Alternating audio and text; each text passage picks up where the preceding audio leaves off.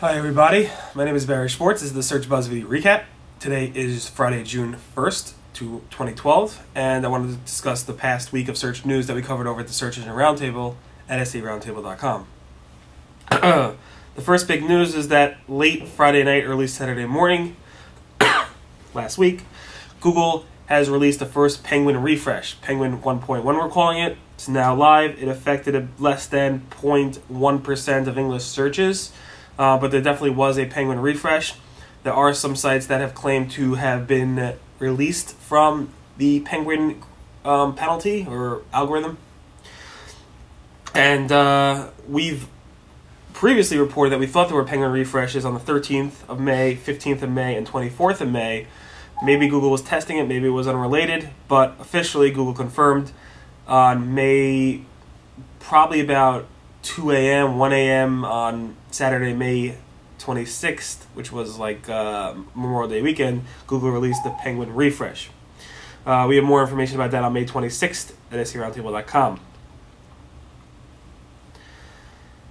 I thought, based on Webmaster Forum and Communication and Webmaster Chatter, that there was a Panda refresh as well, Panda 3.7 refresh on May 30th or 29th or so. So we posted about it on May 31st, yesterday.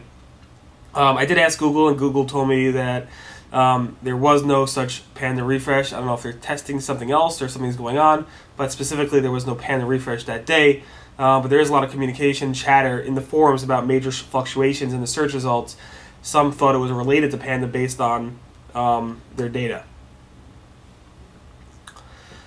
Other big news this week was that Google, for the first time as ever, is going to decommission a free service and replace it with a paid service. And by that I mean Google Product Search, previously named Frugal, previously named Google Merchants, Google Base, tons of names for this service where you can search products results, is now moving to Google Shopping, which is going to be completely paid listings. It's the first time Google has ever done anything like that. They showed us examples in their story, in their blog post, of how it might look. But in short, we have a whole blog post about webmaster reaction and SEO reaction towards this announcement. Most of it is negative, obviously, as you could imagine.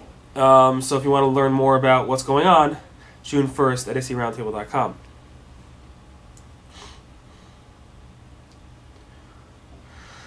Something weird. Google seems to be pruning out or showing less and less rich snippets in the search results. As we've reported several times in the past year or so, there are a lot of SEOs and webmasters who are abusing, maybe faking, maybe spamming rich snippet data in the search results. Google has taken action by looking for those cases, even adding a form, a rich snippet spam reporting tool form in the search results. But for some reason, it seems like Google is showing a lot less rich snippets data in the search results as of recently. I showed a screenshot of what's going on. Seems like Amazon, who doesn't have any rich snippet data or markup in their pages, are showing rich snippets, whereas Walmart, who has the markup on the page, is not.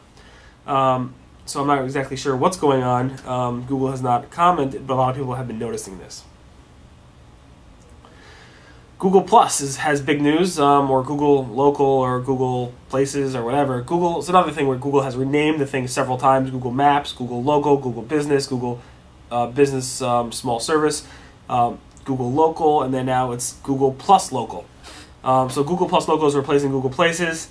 It's now your business maps results, which is currently at Google Places still, is going to be migrated, or is being migrated right now, or has been migrated to Google Plus Local.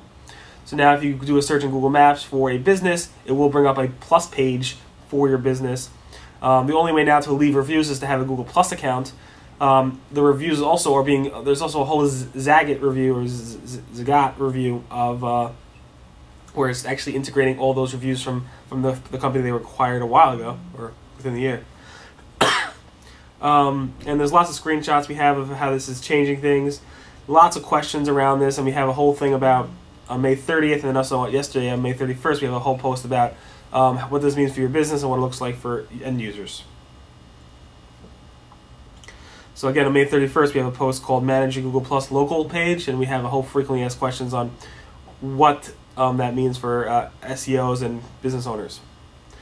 This is pretty amazing. Yesterday, Google posted about how they're being censored in China. Again, nothing new. Google's constantly being censored in China. It's something they've done.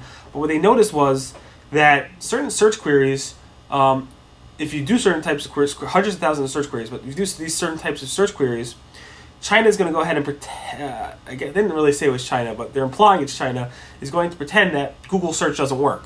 Basically showing you your internet's not working or Google's down or something like that. And then after a minute and a half, it'll start working again, but you can't search for that search phrase. Google has shown a video of how this actually works and how it's crazy. So they went ahead and did a thing to basically warn people in China, mainland China, who are searching for these keywords, that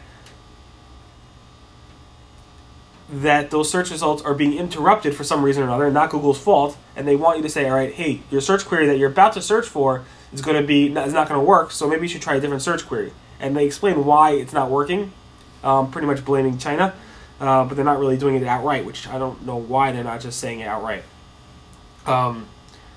Google has updated their can you harm competitors ranking statement.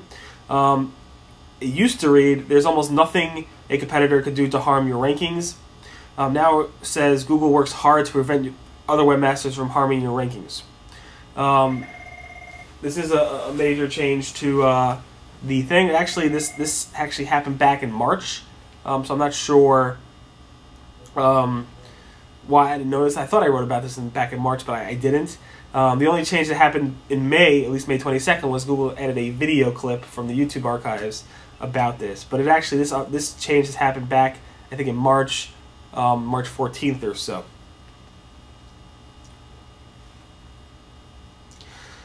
Yeah. Okay. So Amit, Google's head of search, the person who's responsible for all search queries at Google, tweeted the other night, yesterday morning or early morning, said he overheard at the next table at Starbucks, and I quote, "With Google Panda and Penguin, our tricks didn't work or don't work."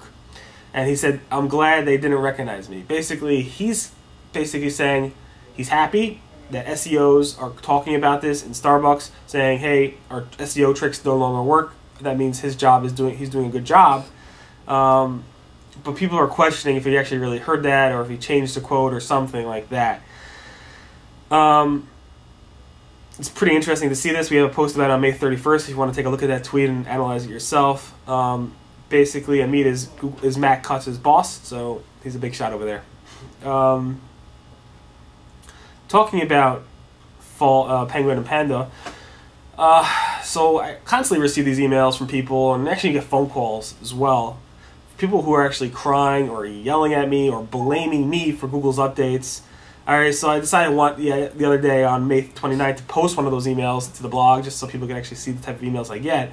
And let me read this to you. One person wrote, "You miserable prick. You continue your Google butt licking as Google boots everyone from SERPs. I shall spit on your face next time we meet. Panda and Penguin are designed to hurt non-advertisers and help brands."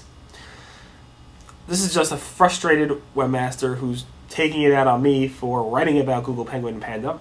I apologize to anybody who I offended about this, but in any event, it was fun to write about. I just wanted to share one of those stories. Yesterday has actually somebody call me pretty much angry with me, crying to me, not necessarily threatening me, but really, really upset with me on the phone about Penguin, claiming that I've said that I could go ahead and get people out of the Penguin update. I never said that. I don't know where people get that from.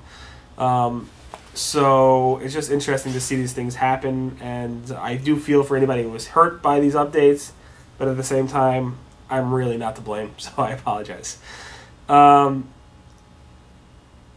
had 2 polls this week. Monday I was offline. It was Memorial Day as well as a Jewish holiday, and I was offline, so I posted 2 polls. But before I discussed them, I actually wrote a blog post about the accuracy of my polls. My polls are simply reader polls.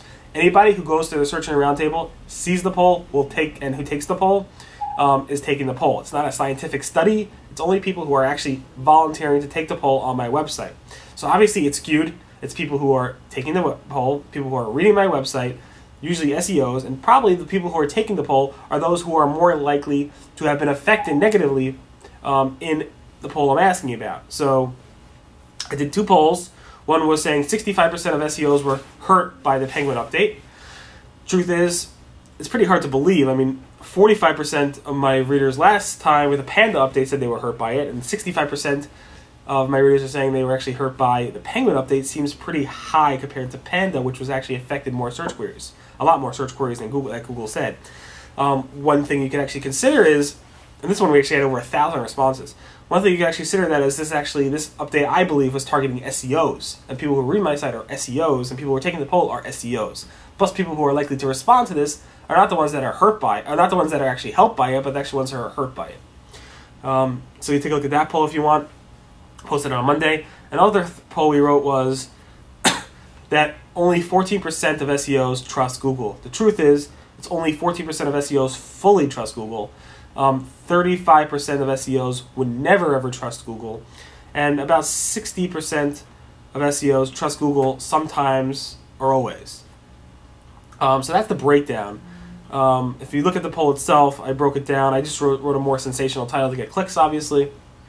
But 14% trust Google, 46% trust Google sometimes, 35% never trust Google, and 5% don't know. We posted on May 28th. This is basically what SEOs perceive Google and how they trust Google. I believe that is it. I believe that is the Search Buzz video recap for this week. Again, today is June 1st. This is the news we covered over at the Search Roundtable over the past week at seroundtable.com. Everyone, thanks for listening, and see you guys next week. Everyone have a great, great weekend. Bye.